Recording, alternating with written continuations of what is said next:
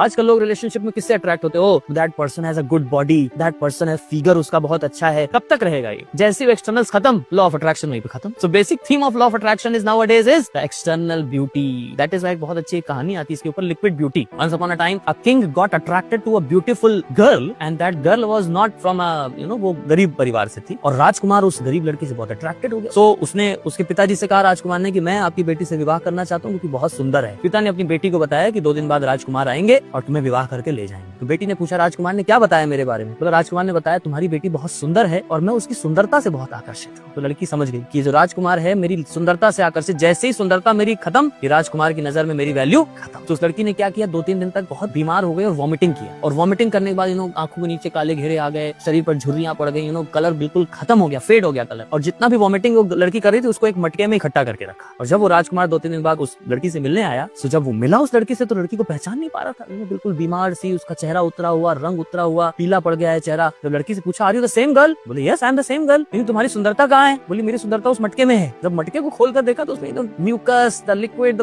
Everything dirty things were there. तो राजकुमार ने कहा क्या मजाक है मेरे साथ? बोले yes you are attracted to that beauty which is now transformed into a form of a liquid. तो वो सुंदरता जिससे तुम अट्रैक्टेड हो वहां पर। अगर तुम्हें मेरी एक व्यक्तित्व की सुंदरता से, गुणों से तुम अट्रैक्ट होते तो गुण अभी भी मेरे अंदर है। तो एक्सटर्नल ब्यूटी कभी भी किसी रिलेशनशिप को लास्ट लॉन्ग नहीं लेकर के जाएगी।